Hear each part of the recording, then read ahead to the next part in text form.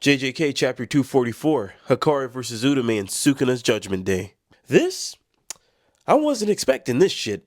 How the fuck out of nowhere we got Hikari and Uraume literally throwing hands in midair on the first panel, when literally last week we got hit with the crazy ass cliffhanger featuring Ace Attorney, aka Higuruma. Nonetheless, they get busy. Uraume's curse technique is the ability to control ice, and as we know, Hikari has the Gambler curse technique, and currently without prior knowledge of what was going on in this fight, he has already hit jackpot. Uraume uses curse technique First Calm, a technique that freezes anything it touches just by making the slightest bit of contact, and it touches Hikari. It literally covers and attaches itself to Hikari's entire right side, and this is what happened. He breaks the ice, also shattering Hikari's right arm off of his body.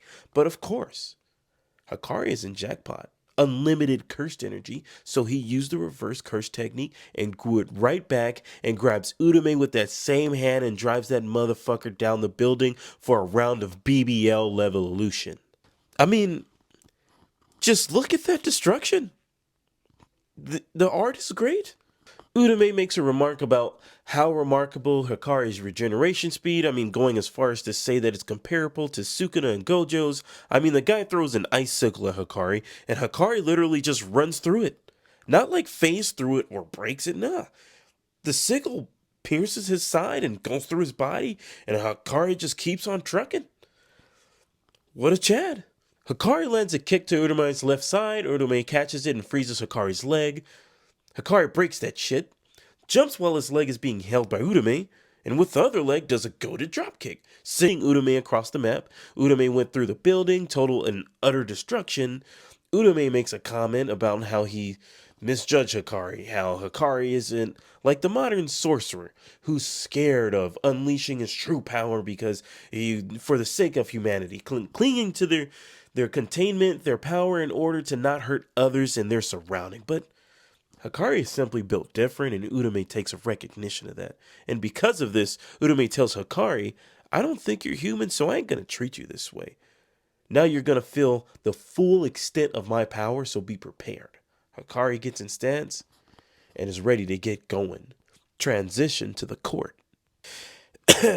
Sometimes you just know.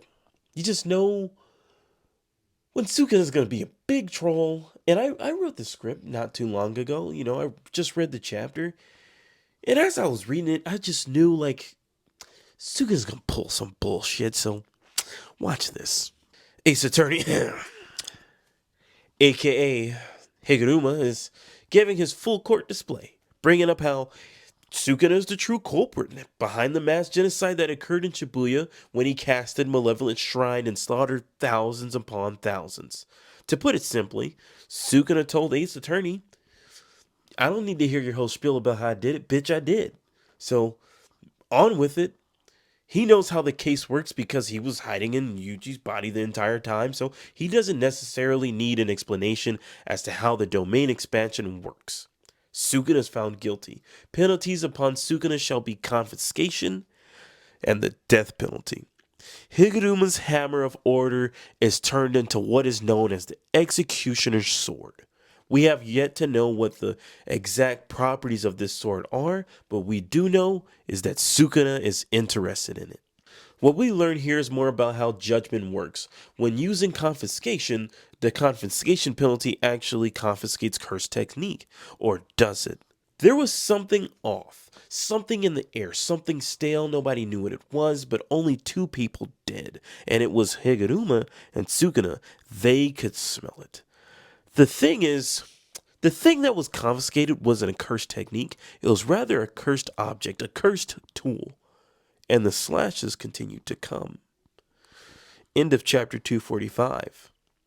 Side note, I kind of wonder though, since Sukuna now has those dimensional cutting slashes, could he have just cut out of that domain expansion?